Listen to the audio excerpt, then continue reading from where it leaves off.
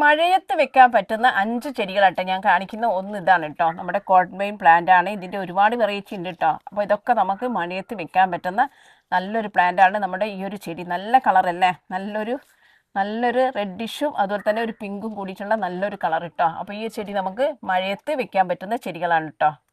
രണ്ടാമത്തെ ചെടി ഇതാണ് കേട്ടോ, നമ്മുടെ ചോക്ലേറ്റ് ക്യൂൺ. ഇത് കോട്ട്മെയിൽ പെറ്റ ചെടിയാണ്. ചോക്ലേറ്റ് ക്യൂൺ എന്ന് പറയുന്ന ചെടിയാണ്. ഇത് നമുക്ക് മഴയത്ത് സെറ്റ് ചെയ്യാൻ പറ്റുന്ന നല്ലൊരു അടിപൊളി പ്ലാന്റ് ആണ് കേട്ടോ. അപ്പോൾ ഇത് കുറച്ച് തണലത്തായത് കൊണ്ടാണ് ഇതിൻ്റെ ആ ഒരു കളർ കിട്ടാത്തത്. അതിൻ്റെ ശരിക്കുള്ള കളർ ഉള്ളത് എൻ്റെ വീട്ടിൽ ഇവിടെ തന്നെ ഉണ്ട്.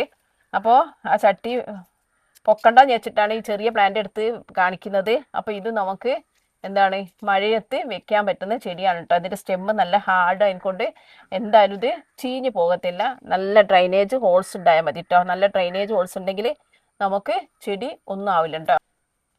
മഴയത്ത് വെക്കാൻ പറ്റുന്ന മൂന്നാമത്തെ ചെടി നമ്മുടെ കാരിക്കേച്ചർ പ്ലാന്റ് ആണ്.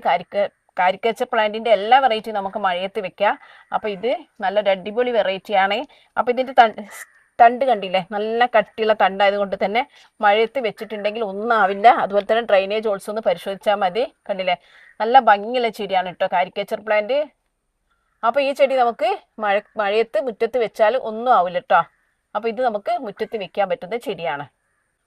അടുത്തത് നമ്മുടെ കോട്ടൺ പ്ലാന്റ് ആണ്. കോട്ടൺ പ്ലാന്റ് നമുക്കറിയാം മഴയത്ത് വെക്കാൻ പറ്റുന്നതാണ്, മണ്ണിലൊക്കെ നട്ട് വെക്കാൻ പറ്റുന്നതാണ്. ഇപ്പം വെയിൽ കുറഞ്ഞിട്ടാണ്. വെയിലുള്ള സമയത്ത് ഇതിൻ്റെ യെല്ലോ കളർ കേട്ടോ കൂടുതലായിട്ട് ഉണ്ടാവുക. അപ്പോൾ അതിൻ്റെ അകത്ത് നമ്മുടെ ഒരു സിങ്കോണിയ കണ്ടില്ലേ, ഒരു സിങ്കോണിയ അല്ല കലേഡിയ, സിങ്കോണിയ നയിപ്പോയി കലേഡിയ മുളച്ച് വന്നതാണ്.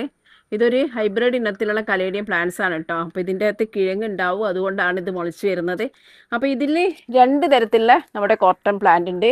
അപ്പോൾ രണ്ടും നല്ല യെല്ലോ കളറായിട്ട് നല്ല ഭംഗിയാട്ടോ. വേനൽക്കാലത്ത് നല്ല ഭംഗി ഉണ്ടാവും കാണാൻ. അപ്പോൾ ഇത് നമുക്ക് എത്രത്തോളം മഴയത്ത് വെച്ചാലും ഒന്നാവില്ല. ഇതിന് ഡ്രൈനേജ് നമ്മൾ ഹോൾസ് ഉറപ്പ് വരുത്തിയാൽ മതി കേട്ടോ. അഞ്ചാമത്തെ ചെടി ഇതാണ് കേട്ടോ. ഇതാണ് പെഡിലാന്തസ് പ്ലാന്റ് കേട്ടോ. പെഡിലാന്തസ് കേളി പിങ്ക് ഇല്ലേ, കേളി പിങ്കിൻ്റെ വേറൊരു ടൈപ്പാണ്. ഇതിന് പിങ്ക് ഷെയ്ഡൊക്കെ കയറി വരുന്ന ഒരു ചെടിയാണ് കേട്ടോ. നല്ല ഭംഗിയുള്ള ചെടിയാണ്. ഇത് നമുക്ക് മഴയത്ത് വെക്കുന്നത് കൊണ്ട് യാതൊരു പ്രശ്നമില്ലാത്ത ചെടിയാണ് കേട്ടോ. ഇത് മഴയത്താണ് ഞാൻ വെക്കാറുള്ളത്.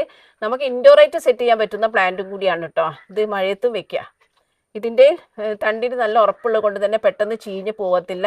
അപ്പോൾ ഇതാണ് കേട്ടോ അഞ്ചാമത്തെ പ്ലാന്റ്. അതുപോലെ നമുക്ക് മഴയത്ത് വെക്കാൻ പറ്റുന്ന ഒരുപാട് ചെടിയുണ്ട്. അപ്പോൾ ഞാൻ 5 എണ്ണമാണ് ഇപ്പോൾ പറയുന്നുള്ളത്. അപ്പോൾ വീഡിയോ ഇഷ്ടപ്പെട്ടാൽ എന്തായാലും ലൈക്ക് ചെയ്യുക, കമൻറ്റ് ചെയ്യുക, ഷെയർ ചെയ്യുക.